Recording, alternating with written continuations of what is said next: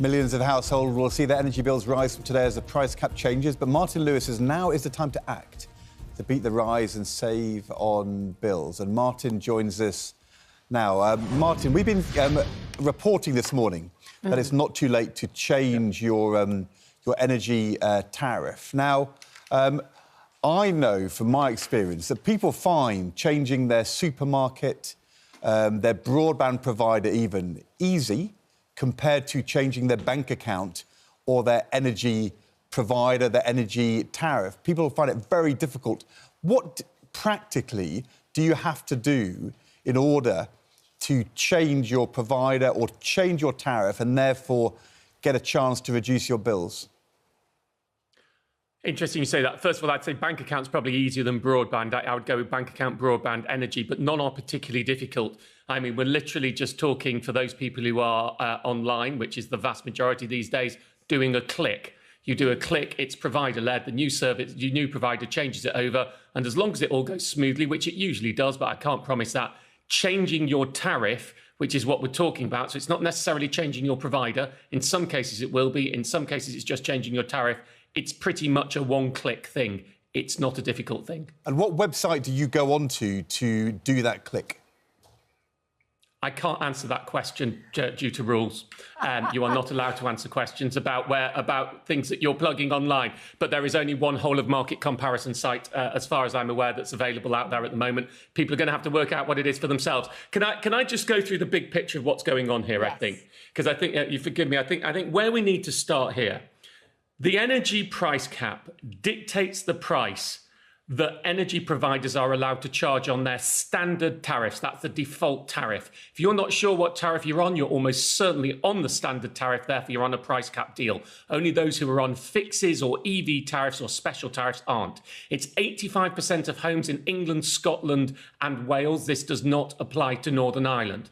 Now, the price cap moves every 3 months and it moves based on a mixture of features, but the really big one that sees the volatility is wholesale rates, the rates that gas and electricity providers provide, or pay rather, for their rates. Today, we saw the price cap go up 10%, which means for every £100 you pay, you will typically see an increase of £10. But what is perverse about this situation, people need to understand, and the frustration now, which also creates an opportunity, is the October to December price cap is based on wholesale rates from the middle of May to the middle of August.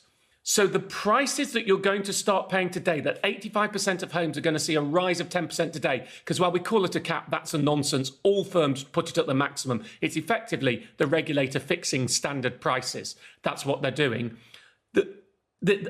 So it's a time lagged. So the prices we're paying today are based on mid-May to mid-August prices. Yet since the middle of August, wholesale rates, the rates that energy providers pay, have dropped. So today, if you do nothing, your price goes up 10%. Yet out on the market, there are a range of tariffs, some fixed, some discounted price cap tariffs, some special tariffs like the Octopus Tracker and Agile and things like that are far cheaper because they're able to take advantage of the current low wholesale rates, whereas the price cap, the default price, is based on a time lag of months ago. So what it means right now is the cheapest fixes on the market, I'm looking at my list on my computer, Outfox the Market, E.ON, OVO, EDF, all of them are roughly priced at the old price cap, i.e. yesterday's price cap, i.e. without the 10% rise. And not only that, if you go to one of these cheaper fixes, you're locking in so that you're guaranteed that rate for the next year. So you can lock in at a no rise price. You won't get the 10%. You can do it for a year. And if you look at what is predicted to happen to energy prices over the next year, well, they're going up 10%, or they've gone up 10% today. Then on the 1st of January, depending which prediction you look at, either they're going up by 0.5% or they're coming down by 1%. So very little move then. That's a pretty accurate prediction because we're halfway through that assessment period. After that, you get a little bit more crystal ball gazy. Depending which one you look at, we're expecting to see it shave down in April and shave down again in July, but still be substantially more next July to October than it was yesterday. So if you're looking in at yesterday's price for a year, there is a very, very good bet that you will have cheaper prices for the next 12 months than sticking on the price cap. And you will almost certainly have substantially cheaper prices over the high use winter period.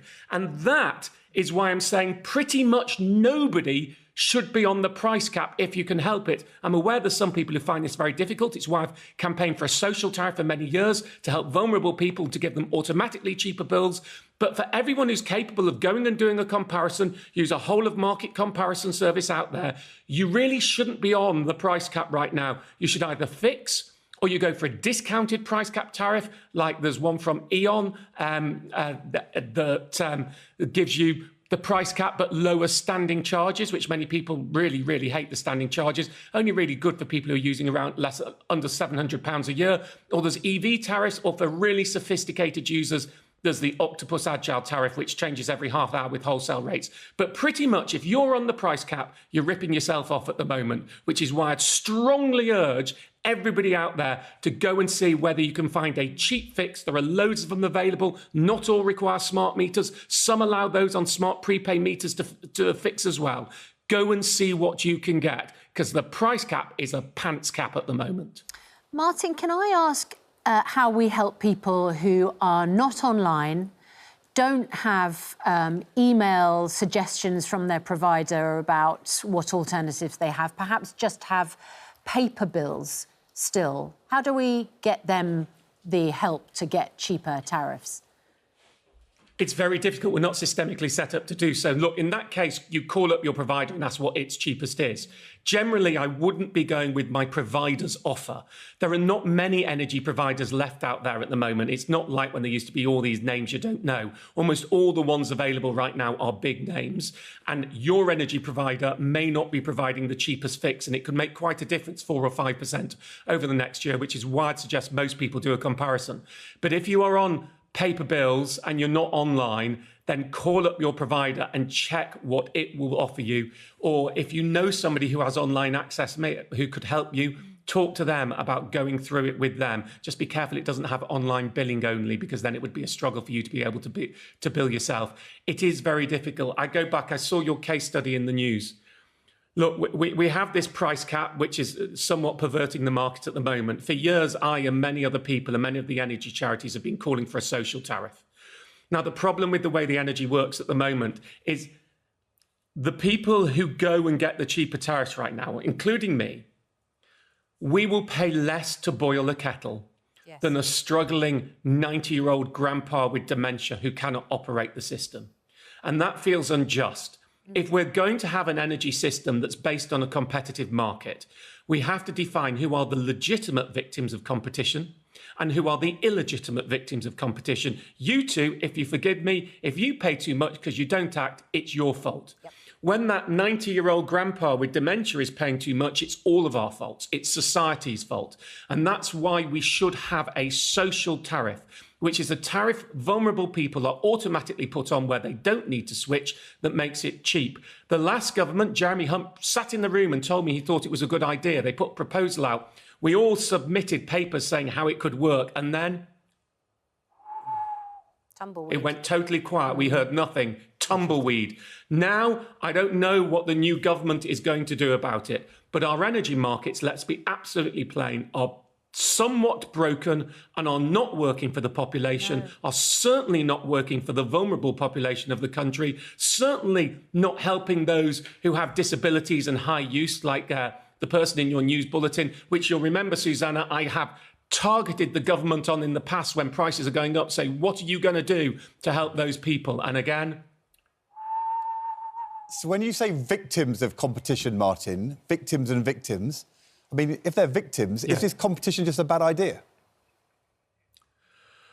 There are two ways to operate the energy market, Ed. You'll know this better than most people. You either regulate prices fully or you operate a competitive market. For a competitive market to work, some people need to pay more than others. There needs to be an incentive to switch, and it's normally a price incentive to switch. If you're going to work within that system, then you'll have some winners, those who do switch and who know what they're doing and who do it on time and who use the right information. and some losers, those who don't switch. What I was talking about is amongst the losers, if it's not switching due to apathy and you can't be bothered getting cheaper bills, but you know what you could do and you're capable of it, then we'd say you're a legitimate victim. If you're not switching because you're not capable of it, you don't know how to do it, or your information's disenfranchised because you're not on the internet, you're an illegitimate victim. That's a differentiator. I mean, it is a political issue whether we regulate prices or we have the competitive marking. I stay out of something that politicised. I'm agnostic as to which method we use. My problem at the moment is we seem to have a halfway house where we have semi-regulated prices through the price cap that aren't working, and we have lots of illegitimate victims of competition. If we're going to do it, we need to go one way or the other. Being stuck in the middle isn't working for anybody. Thank you, Martin. Martin, I think the key point you're making today, it is if you're able to, if you can get access to a whole market price comparison website, then it is not too late to go and find a better deal right now. There's no such thing as late in this. The price, today's move only affects the price cap. The cheap tariffs out there don't follow the price cap, so there's no date. You can do this at any time, and I'd absolutely urge everyone to check whether you should really be on the price cap, because it is likely over the next year to be charging you too much. So if you're capable, go and get yourself on a whole of market comparison site, find what's available, get the cheapest fix you can from a reliable company that fits the terms that you want, whether you want a smart meter or don't want a smart meter, and go and do that. And it is very likely, though no one can say for sure because these things change, that you will save hugely, around 10% by going for a cheap fix now compared to sticking on the price cap. Thank you, Martin. Good advice. Martin Lewis, thank you. I think he's basically telling us off, wasn't he, there? Was he? You and me. He was saying, sort yourself out and go and get it done. Well, I have gone and got it done. I haven't. I think, well, then he is definitely telling you off. I know, I'm feeling... And he says, you deserve what you get. But, I mean, his moral point is that there are plenty of people who haven't just not been bothered to look. They wouldn't know, they can't get access, they don't have access to a computer, they don't have online bills, and also they don't have time in the day, or they can't understand the information, and therefore it's discriminatory against those people who need it most. I have none of those excuses. I just feel it will all go wrong. Do you? I know, but it's not rational. No. I know. Martin, and we shouldn't send that message either, because the whole point of price comparison websites is to help. And I'm wrong. Yeah. Follow Martin's lead, not Ed's. Follow the People's Chancellor, not the former Shadow Chancellor. Thank you. What, the person who never became Chancellor? No. Well, slap me round the face. You said it. I don't think I did. I think actually you said it, but that's OK. I'm not cross.